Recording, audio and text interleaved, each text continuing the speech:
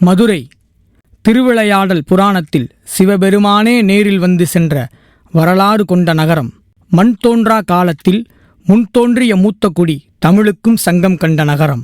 சித்திரை தோறும் கள்ளழகரை ஆற்றில் இறக்கி தீபங்களோடு அழகர் மீது நீர் பாய்ச்சி திருவிழா கண்ட நகரம்.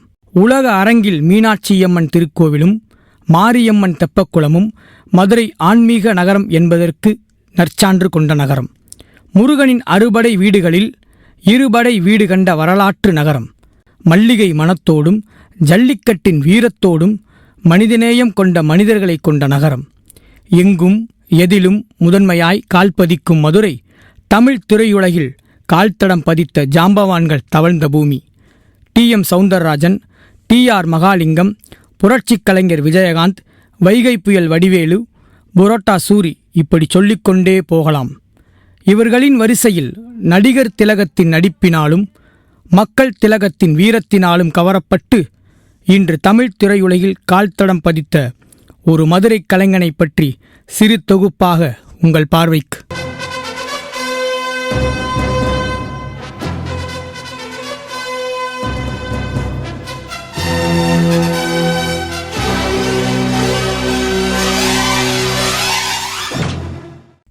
அழகர் ஓர் அதிசயம். சின்ன உடைப்பு. மதுரை நகரத்திலிருந்து சுமார் 10 கிலோமீட்டர் தொலைவில் உள்ள ஒரு கிராமம்.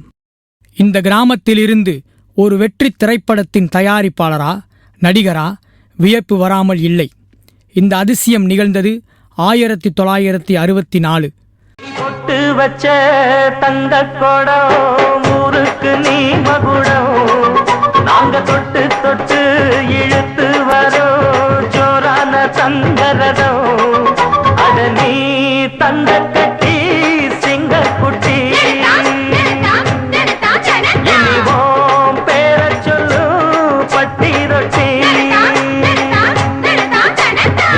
சித்திரை மாதத்தில் பௌர்ணமி தினத்தில் வைகை ஆற்றில் அழகர் இறங்க லட்சக்கணக்கான மக்கள் தீபம் ஏற்ற திரு குருசாமி அவர்களுக்கும் திருமதி பாக்கியம் அம்மாள் அவர்களுக்கும் 5வது குழந்தையாக அழகர் பிறந்தார்.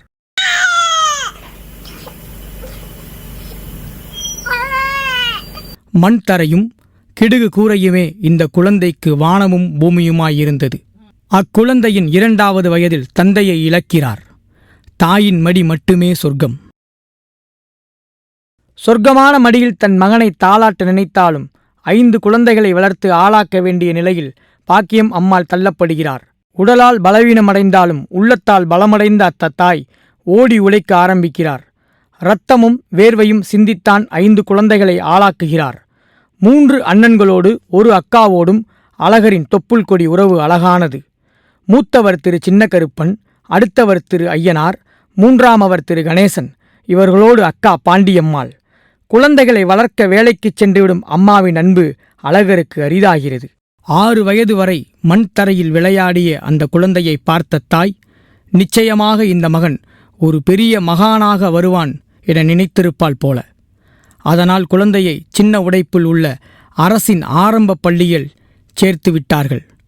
ஆனால் குழந்தை மக்கு குழந்தையாகவே வளர்ந்தது. சரஸ்வதியின் கருணை கடுகளவு கூட கிடைக்கவில்லை. 3 ஆண்டுகள் கல்விக்கூடத்தை சிறைச்சாலையாக அனுபவித்த அந்த சிறுவன் பள்ளிக்கூடத்தை விட்டு 3 ஆண்டுகளில் சுதந்திரப் பறவையாக வெளியே வருகிறான். தாயின் அன்பை ஈடு செய்ய தம்பியை தன் மடியில் சாய்க்கிறார் அக்கா பாண்டியம்மாள். அந்த அக்கா பாண்டியம்மாவின் உசுரும் உறவும் தம்பி அழகர் மட்டுமாகிறது. அழகருக்கு 2வது அன்னையாகிறார் அக்கா பாண்டியம்மாள். காலச்சக்கரம் சுழல 2-3 ஆண்டுகள் சுதந்திரப் பறவையாக வாழ்ந்த அச்சிறுவன் 11 வயதில் அவன் மனதில் ஒரு எண்ணம் உதயமாகிறது. மனித வாழ்க்கைக்கு பணம் மிக மிக அவசியம் என்பதை அவன் அறிவு உணர ஆரம்பிக்கிறது. சோம்பலை எதிரியாக நினைத்து உழைப்பை நண்பனாக்கிக் கொண்டான் 11 வயது அச்சிறுவன்.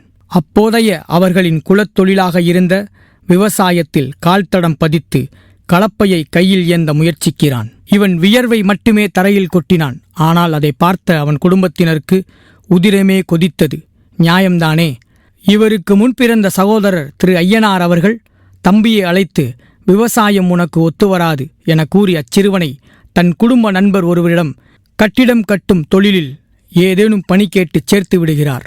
தனது 15வது வயதில் கட்டிடம் கட்டும் தொழிலில் சிறு மேலாளராக சேர்கிறார். வேலைக்கு வருபவர்களுக்கு டீ, காப்பி, வடை வாங்கி கொடுப்பது, ஆள் கணக்கெடுப்பது, இது மாதிரியான பணிகள். இந்த வயதில்தான் இருட்டு அறையில் வெளிச்சம் காட்டிய சிவாஜியையும் எம்ஜிஆரையும் காண்கிறார். உழைப்பு மட்டுமே உதிரத்தோடு கலந்திருந்த வேளையில் கலையும் கலக்க ஆரம்பிக்கிறது. விளைவு, மேடை நடனக் கலைஞராகிறார். தங்கப்பதுமை திரைப்படத்தில் ஆரம்பமாவதும் பெண்ணுக்குள்ளே பாடலுக்கு நடிகர் திலகமாக வேடமிட ஊரே கைத்தட்டுகிறது. அந்த 19 வயது இளைஞனுக்கு எப்படி இருந்திருக்கும்? அவர் வேடமணிந்து நாம் பார்த்ததில்லையே. இதோ உங்கள் பார்வைக்காக ஒரு பாடலின் சிறு தொகுப்பு. நடந்தாய் வாழி காவேரி, நடந்தாய் வாழி காவேரி, நாடெங்குமே செழிக்க நன்மையெல்லாம் சிறக்க, நாடெங்குமே செழிக்க நன்மையெல்லாம் சிறக்க, நடந்தாய் வாழி காவேரி.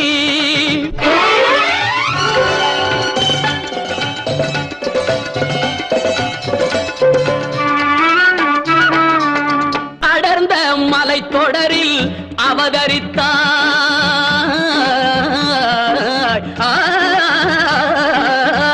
அடர்ந்த மலை தொடரில் அவதரித்தாய், இந்த அழகு தமிழ் நிலத்தை அலங்கரித்தாய். அடர்ந்த மலை தொடரில் அவதரித்தாய், இந்த அழகு தமிழ் நிலத்தை அலங்கரித்தாய். நடந்த உன் வழி எல்லாம் நலமளித்தாய், நடந்த உன் வழி எல்லாம் நலமளித்தாய். நங்கையர் உனை வணங்கவும் மலர்கள் கொஞ்சம் சோலைகள் நெருங்கவும், நங்கையர் உனை வணங்கவும் மலர்கள் கொஞ்சம் சோலைகள் நெருங்கவும், இன்ப யாழிசை முழங்கவும் செவியில் செந்தமிழ் தேன் வழங்கவும், இன்ப யாழிசை முழங்கவும் செவியில் செந்தமிழ் தேன் வழங்கவும், அசைந்து வளைந்து நெளிந்து தொடர்ந்து அலைகடல் எனும் ஒரு மணமகன் துணை பெறவே நடந்தாய் வாழி காவேரி. நாடெங்குமே செழிக்க நன்மையெல்லாம் சிறக்க, நடந்தாய் வாழி காவேரி. உலகம் சமநிலை பெற வேண்டும், உயர்வு தாழ்வில்லா நிலை வேண்டும். உலகம் சமநிலை பெற வேண்டும், உயர்வு தாழ்வில்லா நிலை வேண்டும். நிறைவே காணும் மனம் வேண்டும், இறைவா அதை நீ தர வேண்டும். நிறைவே காணும் மனம் வேண்டும், இறைவா அதை நீ தர வேண்டும். உலகம் சமநிலை பெற வேண்டும், உயர்வு தாழ்வில்லா நிலை வேண்டும்.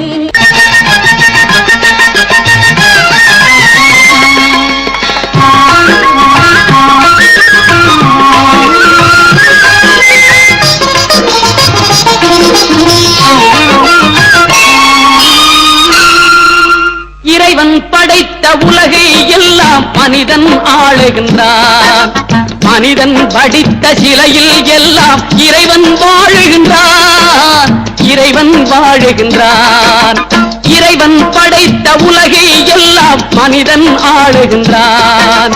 மனிதன் படித்த சிலையில் எல்லாம் இறைவன் வாழுகின்றான், இறைவன் வாழுகின்றான். இசையாய் தமிழாய் இருப்பவனே